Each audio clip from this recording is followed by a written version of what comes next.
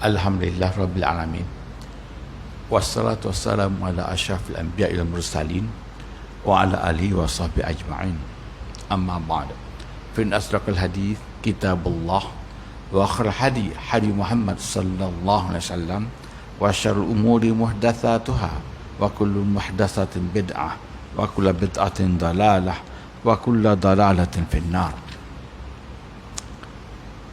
Yang berusaha Tuan Nazir Masjid Timbalan, Setiausaha Bendahari dan pada AJK yang dimuliakan dan dihormati Tuan Imam yang bertugas pada petang bahagia ini, yang dirahmati Allah sekalian, hadirin hadirat, muslimin muslimat yang dirahmati Allah, Assalamualaikum warahmatullahi wabarakatuh.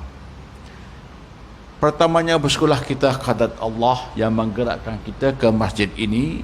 Yang utamanya ialah bersyukur kita kepada Allah kerana mengembalikan nikmat kita yang terbesar, iaitu mengembalikan nikmat kita menghadirkan ke masjid ini seperti sedia kala atau seperti biasa, cuma jaraknya mungkin berbeza, bilangan pun dah bertambah sehingga 500 orang.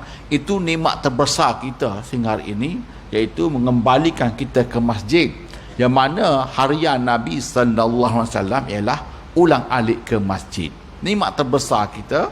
Dan apabila masjid dah dibuka, datanglah ke masjid ramai-ramai dan banyaklah memperbanyakkan zikir, berdoa dan membaca ayat Al-Quran, hadis-hadis Nabi, seperti mana Allah berfirman, ya ayyuhallazina amanu ista'inu bisabri wassalah innallaha ma'as sabirin. Banyaklah mendirikan solat dan bersabarlah, minta pertolongan dengan kesabaran dan mendirikan solat. Sesungguhnya Allah ini bersama orang-orang yang sabar. Bersyukur juga pada petang pagi ini dapat kembali ke sini, terutamanya diri saya dapat menyambung kuliah-kuliah. Kalau mengikut catatan saya, kali terakhir saya datang di sini ialah pada 11 hari bulan 9 2020. Itu kali terakhir saya datang ke sini, dan hari ini 8 hari bulan 10, 8-10, maknanya setahun tertangguh kedatangan di sini. Setahun saya tak dapat hadir ke sini dengan sebab-sebab yang tertentu yang telah ditentukan oleh Allah SWT. Dan pada malam ini kita sambung bab yang ke-52. Tajuknya ialah kebenaran seksa kubur dan berbagai seksa bagi orang-orang kafir.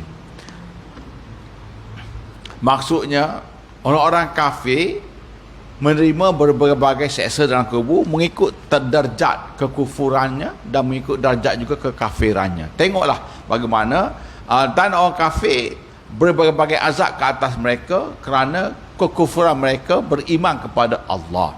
Sebab utamanya ialah orang kafir ini engkar kerana tidak beriman kepada Allah, dan mereka sebenarnya telah ditunjukkan bukti. Sebab Allah berfirman, wa ma kunna mu'adzibin hatta nab'asa rasula. Allah tidak azab kepada orang kafir ini kepada siapa saja sehinggalah dia diutuskan rasul. Jadi nak cari di manakah tempat yang tak terutus nabi, tak terutus rasul? Tak ada. Sehingga hari ini semuanya sampai kalimah rasul, semuanya sampai. Di mana semuanya sampai sekarang ini? Jadi tak ada sebab mereka ini untuk menolak. Sebab di akhirat esok-esok orang kafir ini tidak ada alasan untuk mengata, untuk memberi alasan bahawa kami tidak didatangi rasul. Tak ada alasan. Kalaulah mereka berhujah demikian sisi Allah, maknanya Allah boleh jawab, aku semuanya telah diutus rasul. Sebab rasul 313, nabi 124,000. Jadi dalam bab ini, berkait rapat dalam bab ini, orang kafir tak kira lah daripada zaman Nabi Adam ke sehinggalah zaman Nabi Muhammad sallallahu alaihi wasallam, sehinggalah hari ini umat Nabi Muhammad sallallahu alaihi wasallam. Kalau dia orang kafir, dia engkar kewujudan malaikat, dia engkar seksa dalam kubur. Sedangkan kita ni beriman kepada Allah dan kita amat takut dengan kubur kita. Kita begitu seram dengan kubur kita kalaulah kita ini silap langkah semasa di dunia ini. Kita padahal kita dah beriman. Adakah kita beriman orang Islam tidak dikenakan seksa dalam kubur? Kena juga orang Islam. Tengoklah bagaimana keadaannya. Apatah lagi orang kafir. Orang kafir ni dia langsung tidak ada cahaya iman. Tak pernah tersentuh wuduk, tak pernah sentuh pun wuduk, tak pernah datang, dia tak pernah takbiratul ihram, tak pernah sujud kepada Allah. Rakaat sujud. Bagaimana? Allah kata ini yang dikatakan ada balasan kepada orang kafir ini dalam kubur nanti. Apatah lagi orang kafir. Kalau kita pun tak terlepas, kita insya-Allah selamat dengan amalan soleh kita, insya-Allah. Jangan takut, jangan bimbang. Kalaulah kita ini ada juga amalan soleh dan kita tidak ada banyak dosa, dan terutama sekali kita tidak ada dosa besar, insya-Allah selamat. Jangan takut, jangan bimbang kalau kita ini kita beriman dan juga ada juga amalan soleh dan tidak ada dosa besar. Apabila kita masuk dalam sana, insya-Allah selamat. Insya-Allah selamat sampailah kita ke syurga. Jadi jadi tajuk ini nak menyatakan yakinlah bahawa azab kubur itu wujud, dan yakinlah orang kafir ni kena azab. Allah sendiri menyatakan dalam Al-Quran, iaitu Firaun.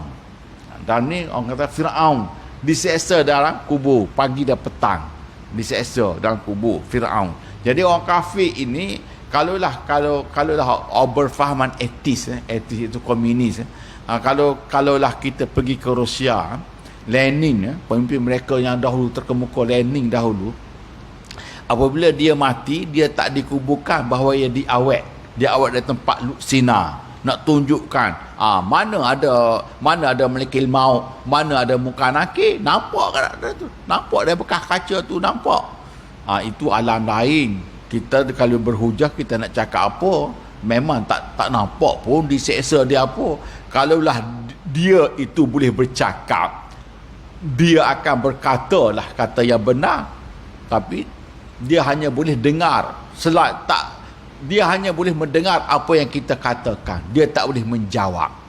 Dia dengar apa yang kita katakan, nak tunjuk sebab mana ada seksa. Begitu juga orang kafir dahulu, pungut.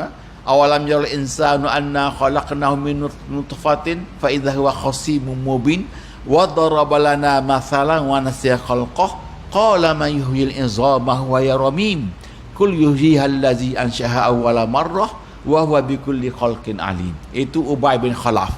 Dia campurnya tulang-tulang unta. Hidup ke aku nak tengok sekarang, betul tak kita dihidupkan?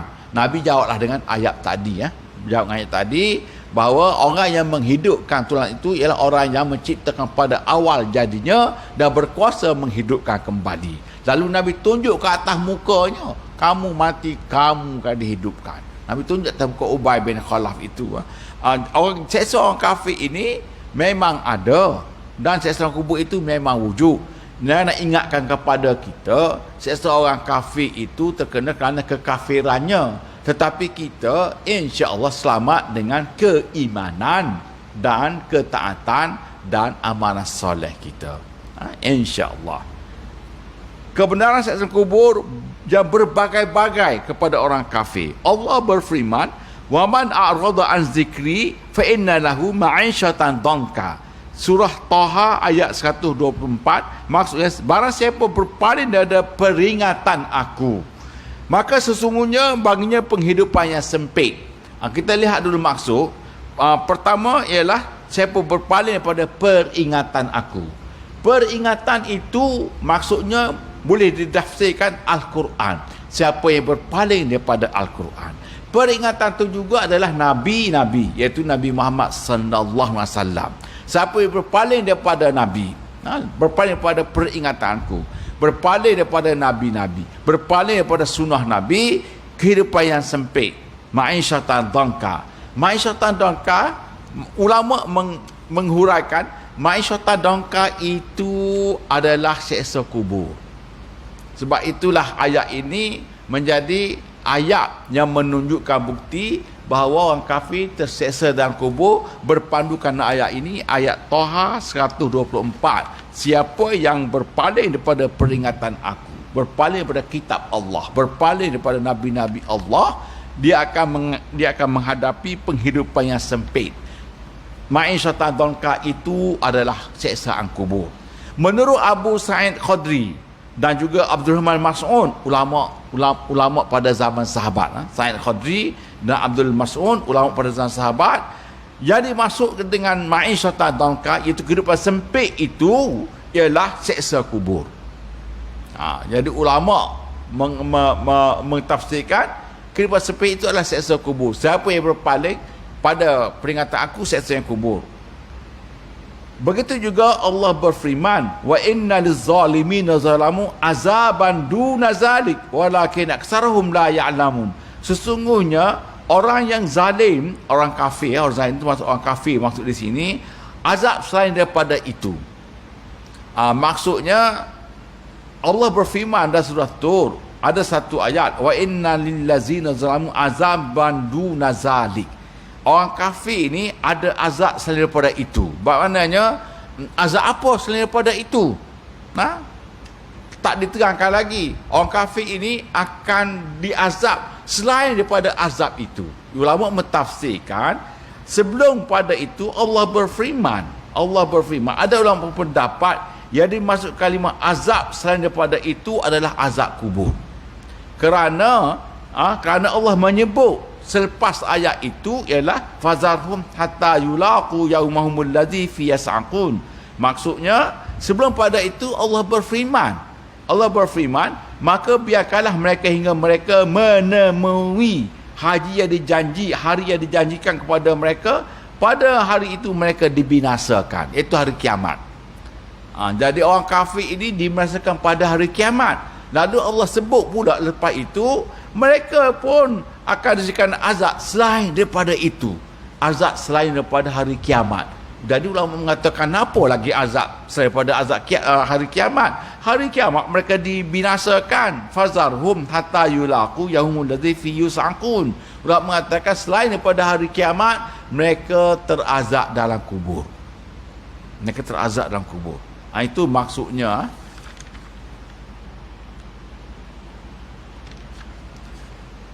Iaitu hari terakhir dalam kehidupan dunia, menunjukkan azab mereka alami itu adalah azab kubur. Tetapi kebanyakan mereka tidak mengetahui. Kebanyakan mereka tidak mengetahui. Orang kafir tidak mengetahui kerana keingkaran mereka menerima hadis-hadis Nabi, menerima Nabi dan juga menerima ayat-ayat Al-Quran. Tak terima. Bagi mereka kehidupan dunia ini, kehidupan nyata, itulah kehidupan. Kalau tak nyata, tak ada. Itu komunis, orang kafir. Kalau mati, tamatlah satu kehidupan. Tidak ada lagi kehidupan. Kehidupan selepas kematian itulah kehidupan yang besar dalam hidup kita. Yas'alunaka 'anin naba'il azim. Mereka bertanya kepada kamu, yas'alunaka 'anin naba'il azim allazi hum fihi mukhtalifun. Kita ni yang beriman kepada Allah, kehidupan dunia ini kecil. Apa yang besar? Selepas mati kita kehidupan. Selepas mati itu kehidupan, itu kita. Orang kafir, kehidupan dunia inilah yang besar. Selepas itu tak ada apa-apa lagi. Matilah semuanya, tidak ada apa-apa kehidupan. Sedangkan kita itu lebih besar. Kerana apa? Kubur itu lebih besar daripada dunia sekarang ni. Apabila kita masuk, memang dah kecil, ngam-ngam dengan tubuh kita, tingginya berapa, masuklah dalam tu. Untuk kita ni sejauh mata memandang, menjadi taman syurga sejauh mata memandang. Bagi orang kafir, kehidupan sempit, ma'isyatan dhanka. Akan diterangkan bagaimana sempitnya itu. Maksudnya sempit itu ada lagi huraiannya. Kerana itulah perkara gaib yang orang kata perkara gaib pada mata. Allah berfirman, wa yauma taqumu sa'atu dukhulu ala fir'aun ashaddal azab fawaqahu Allah sayyat ma makaru wa hakum bi ali fir'aun. Maksudnya Fir'aun berserta kaumnya dikepung oleh azab yang amat buruk. Kepada mereka dinampakkan neraka pada pagi dan petang. Ini Firaun. Allah sebut Firaun pada surah Mukmin ayat 45 dan ayat 46. Allah sebut Firaun bahawa Firaun ni yauma taqum satadkhulu ala Firaun asyaddal azab. Firaun ni akan dikepung oleh azab yang amat buruk dan mereka dinampakkan neraka pada pagi dan petang. Jadi Firaun dalam kubur diazab dalam kubur dengan azab-azab neraka, api neraka, dan dinampakkan neraka pula pada pagi dan petang. Pagi sekali, petang sekali dinampakkan.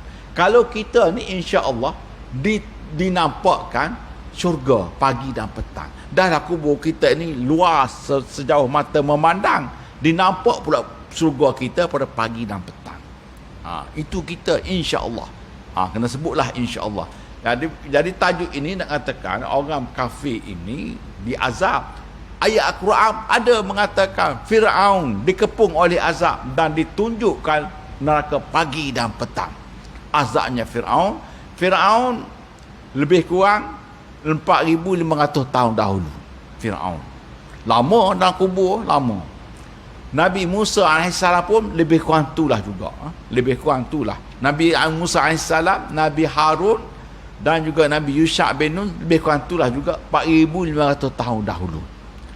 Firaun dia terkepung azab dalam kubur, ma'isyatan dangka, dan ditunjuk pula neraka pagi dan petang.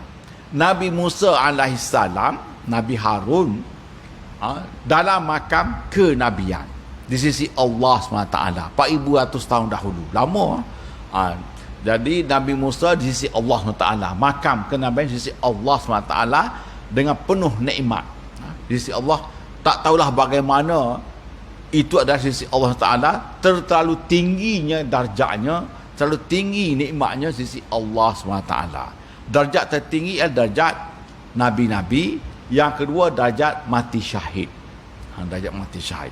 Kalau nak tinggi darjat, carilah tempat untuk mati syahid. Di mana sekarang ni? Tak ada sekarang ni. Tidak ada tempat yang diisytiharkan oleh ulama tempat syahid. Tak ada sekarang ni. Kebanyakannya semuanya tipu. Ada ISIS ke, ada apa ISS ke, semua tu semuanya adalah tipu semua. Itu adalah ciptaan orang-orang kafir juga sebenarnya. Yang adanya di mana sekarang ni? Mungkin di Palestin kalau ada pun. Di Palestin, insya-Allah kalau berlaku perang nanti dengan Israel mempertahankan. Dulu ada di Afghanistan, sekarang ni tak ada. Itu darjat. Jadi balik kepada sini, jadi Firaun dah 4,100 tahun, pagi ditunjukkan neraka, petang ditunjukkan neraka. Lama. Bila nak kiamat? Sampai kiamat. Kita insya-Allah ditunjukkan syurga pagi, ditunjukkan syurga petang. Kubur kita pelapang sejauh mata memandang.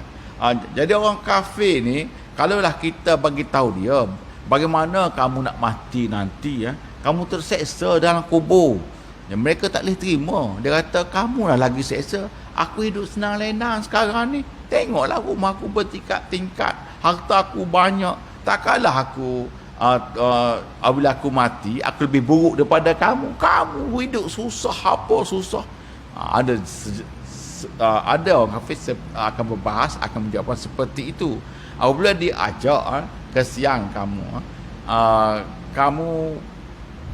seperti ada seorang, sebagai contoh, ada seorang orang Sarawak, dia selalu dengar, dia Iban Sarawak, dia menganut Kristian. Dia selalu dengar orang Islam kata orang kafir ni mati masuk neraka. Jadi dia takut. Dia jadi takut. Akhir-akhir dia masuk Islam. Kerana ucapan, kerana kata-kata yang sedemikian. Dia kata orang Islam kata mati masuk neraka lah kamu. Kami tak masuk surga. Jadi dia ialah hidayat, takut, dan selepas itu dia suka dengar azan. Dia suka dengar azan. Kalau dengar azan, dia dengar sah-sah penuhnya. Dan ibunya pernah tutup waktu azan. Dia marah. Dia kata, jangan tutup. Dia nak dengar. Dia suka. Akhir dia masuk Islam. Kerana apa? Kerana diingatkan masuk ke neraka. Jadi ada juga orang kafir ni, apabila kita berkata demikian, dia tak percaya. Ada juga dia terima hidayat tu, akhirnya masuk Islam. Yang tak percaya seperti Firaun, seperti Abu Jahal, tak percaya sampai sudah tak percaya, sampai mati tu pun tak percaya. Mana kalau tak percaya, tunggulah kubur kamu. Saya nak cakap apa lagi kepada kamu? Nak bukti, kamu suruh gali kubur tu, tunjukkan. Memanglah tak nampak, sebab itu alam lain. Apabila mati, masuk alam lain, bukan alam nyata lagi kalau kita mati. Jadi nak nampak benda itu memang tak nampak. Jadi akhir-akhir sekali apa nak jawab kat dia? Kamu tunggulah kubur kamu nanti. Macam mana? Ketika itu tak guna lagi dah. Kalau datang muka nakir, palu kamu apa, tak guna lagi. Tunggulah. Fa'arid anhum wantazir innahum muntazirun. Fartaqib innahum murtaqibun. Tunggulah masanya. Kita tunggu kubur kita, dia tunggu kubur dia. Masing-masing tak akan lari masuk kubur. Kerana manusia ini sebelum dia ditiupkan roh, apa dahulu untuknya? Kuburnya dahulu.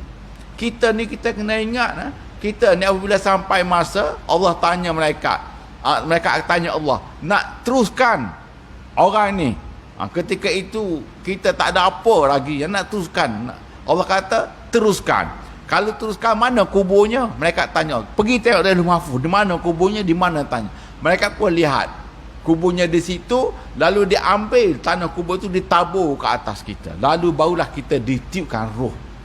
Kita ni sebelum kita hidup, sebelum kita bernyawa, kubur kita dahulu telah wujud, tanah kubur kita telah wujud. Nak ke mana? Habis tu nak ke mana kita? Kita akan kubur kita automatically mati, ke situlah kita. Maknanya itu sunnah Allah telah diaturkan oleh Allah. Itu diingatkan kepada kita. Jadi orang kafir, untuk kita yakinkan dia ada seksa kubur, memanglah sukar. Tetapi selalu kita sampaikan dengan dalil-dalil akal kita, sepertilah kamu bermimpi. Kalau kamu bermimpi nanti, apa yang kamu rasa sedap, seperti apa yang kamu rasa lazat, makanan yang lazat. Jadi makanan lazat itu sepertilah kamu kecapi semasa kamu hidup di nyata ini. Apabila kamu dipukul rasa sakit itu seperti juga kamu dipukul di alam nyata ini. Itulah alam kubur. Itu yang kita boleh beri contoh kepada mereka. Dan mereka tetap dengan keingkaran, tunggulah hari kamu nanti. Dan Allah ingatkan kepada kita, Firaun ini ditunjuk pagi dan petang neraka. Ulama mengatakan orang kafir dalam kubur ini sepertilah orang yang menunggu hukuman mati ke atasnya, dan bagaimana hukuman itu akan dijalankan ke atasnya. Maknanya mereka ni telah menerima hukuman mati dan tunggu bagaimana hukuman mati itu ditimpa berbagai-bagai dengan keazaban. Hukuman mati dah pasti dah bagaimana, digantung ke, ditembak ke, dicampak dalam api, maknanya ditunjuk, ini hukuman kamu nanti, ini hukuman kamu nanti, hukuman mati kamu, iaitu neraka. Itulah orang kafir. Wa ni'azubillah lah kepada kita beriman kepada Allah, perbanyakkanlah amalan soleh. Ibnu Abbas mengatakan bahawa yang dimasukkan ialah kamu akan mengetahui azab yang ditimpa kepada kamu itu adalah di kubur.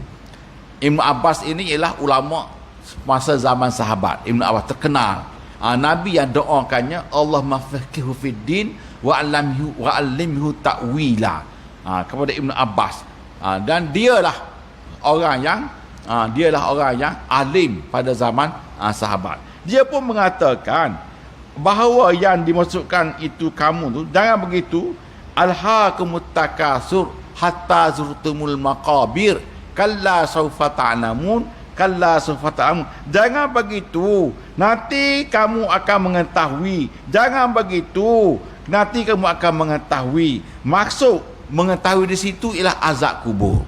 Sebab manusia ni alhaakumut takasur hatta zurtumul maqabir. Manusia ini semasa hidup di dunia ini, orang kafir berlomba-lomba cari kekayaan, sehinggalah masuk kubur. Maksudnya tak kira sesiapa, Islam ke kafir, cari harta sehingga masuk kubur. Maksudnya cari harta tak ingat langsung kepada Allah SWT. Sebab apa dia kata sehingga masuk kubur? Cari harta, berlumba-lumba cari harta sehingga masuk kubur. Maksudnya lupa terus Allah Taala sampailah dia tu masuk kubur. Sebab itulah ulama mengatakan, kalau manusia ini tidur, sedarnya bila? Sedar dalam kubur, tak guna lagi. Kalau tidur di dunia ini sehinggalah sedar dalam kubur, tak guna lagi. Biarlah hidup ini sedar, masuk kubur nanti segar. Itulah yang terbaik kita untuk kita. Janganlah tidur di dunia sedar sampai dalam kubur. Sebab apa? Kalaulah kamu tidur di dunia sedar dalam kubur, apa akan jadi? Kalla sawfa ta'lamun, nanti kamu tahulah. Summa kalla sawfa ta'lamun, nanti kamu tahu kelak. Ibn Abbas kata seksa kubur, itu seksa kubur. Jadi hidup di dunia ini janganlah sampai kita masuk kubur. Seperti firman Allah Ta'ala tadi, hidup terus masuk kubur, lupa kepada Allah SWT. Seperti mana Allah ingatkan Al-Haqq Muttaqah tadi. Ibn Abbas kata nanti kelak kamu ketahui itu ialah masuk kubur. Jadi Allah ulang itu menunjukkan dua keadaan. Diriwayatkan oleh Abu Zar Al-Habish dari Ali bahawa ia berkata, semula kami meragukan, pada mulanya kami ragu azab kubur, tapi turun firman Allah Ta'ala, Alhaakumut Takasur, bermaknanya kami pun beriman, kami yakinlah bahawa azab kubur. Janganlah orang kata, mula-mula Nabi menyampaikan dakwah La ilaha illallah, kamu pasti akan hidup selepas mati. Ramai yang menentang Nabi, sebab tidak pernah orang sampaikan perkara itu. Mana ada mati hidup semula, mana ada. Jadi turun Alhaakumut Takasur, turun ayat-ayat itu, mereka semua beriman kepada Allah. Bermegah-megah telah melalaikan kamu. Jadi hidup kita begitulah, hidup sehinggalah masuk kubur, dan sedar dalam kubur tak guna lagi. Kalau sedarlah sekarang, hidup dalam kubur, kita akan jadi segar. Itulah yang terbaik untuk kita. Janganlah kita hidup sehinggalah masuk kubur seperti orang yang tadi, mati lupa terus kepada Allah, cari kekayaan siang malam, lupa kepada Allah. Itu orang kafir lah. Jadi orang ulama kata, ingat nanti kamu akan ketahui, iaitu azab kubur tu. Masuk kubur barulah kamu tahu ada azab kubur. Ketika itu tak guna lagi. Dalam hadis Hasan riwayat Tirmizi, Abu Hurairah berkata, kubur orang kafir itu disempitkan oleh malaikat hingga membuat tulang mereka remuk dan merupakan kehidupan yang sempit. Jadi ulama menambah lagi, jadi masukkan kehidupan sempit. Kubur itu maksudnya ada malaikat penyeksa menyempitkan kubur itu sehingga patah tulang-tulangnya. Malaikat hempak, sempitkan sehingga patah tulang-tulang mereka. Maknanya mereka terseksa dalam kubur kerana dengan kehidupan yang sempit. Ada ulama mengatakan kubur itu menghimpitnya sehingga patah tulang. Yang menghimpit itu adalah malaikat yang menyeksanya. Ada juga pendapat demikian. Diriwayatkan oleh Ibnu Majah pula dari Abu Hurairah bahawa Rasulullah sallallahu alaihi wasallam bersabda, kamu tahu untuk siapa ayat, maka sesungguhnya baginya penghidupan yang sempit. Masih lagi dengan ayat tadi, ma'isyata danka. Kamu tahu tak, dalam satu hadis yang menerangkan, kamu tahu tak ayat itu untuk siapa dan disungguh untuk siapa pada hari kiamat. Dan kami akan menghimpunkannya pada hari kiamat dalam keadaan buta yang diturunkan. Dan kamu tahu tak apakah dimaksud dengan penghidupan yang sempit? Mereka menjawab, Allah dan Rasulnya tahu. Nabi pun bersabda, itu adalah seksa orang kafir dalam kubur.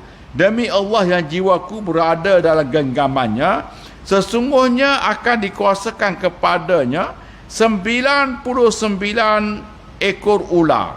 Setiap ekor ular menjilat, melilit, menggigit tubuhnya hingga hari kiamat nanti. Lalu ia dibawa ke tempat dalam keadaan yang buta. Jadi orang kafir bukan setakat disempitkan kuburnya, digigit pula oleh ular naga. dililit, membeliknya dan menggigitnya, dan sehinggalah hari kiamat, dan dibawa pula dalam keadaan buta apabila hari kiamat nanti, dalam keadaan buta. Kerana apa? Terseksa oleh ular ini di kubur, sehinggalah ia digiring ke tempatnya dalam keadaan buta. Maknanya apabila dibangkit, ialah kita bangkit dalam kubur, kita insya-Allah berkenderaan laju sampai daripada mahsyar. Apabila kita bangkit daripada kubur, kita menuju kepada mahsyar. Menuju kepada mahsyar itu berbagai-bagai.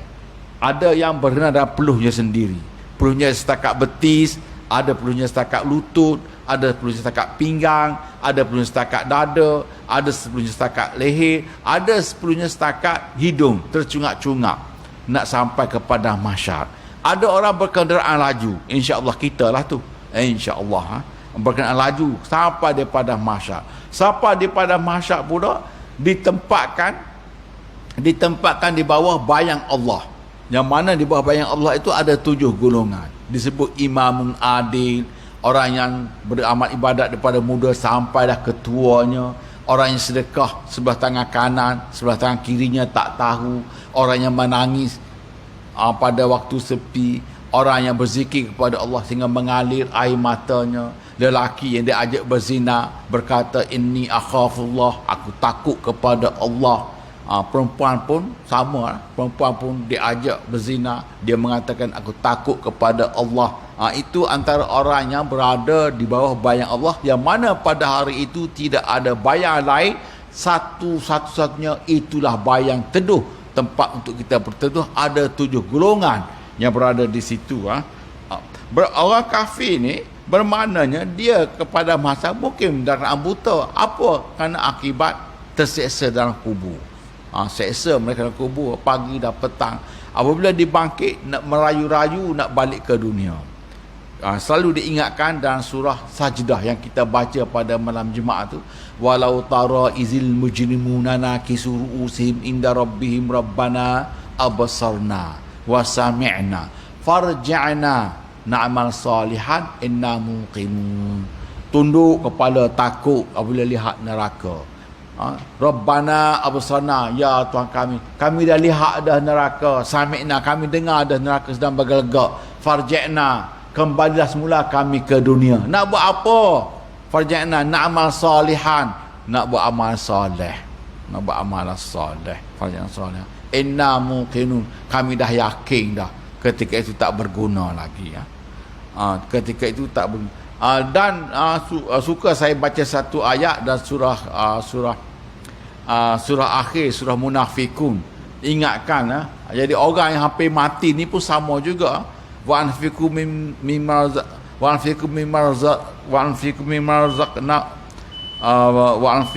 razaqnahum min qabli an ya'tiyakumul maut fayaqulu rabbi laula akhartani ila ajalin qarib. Kita ni insya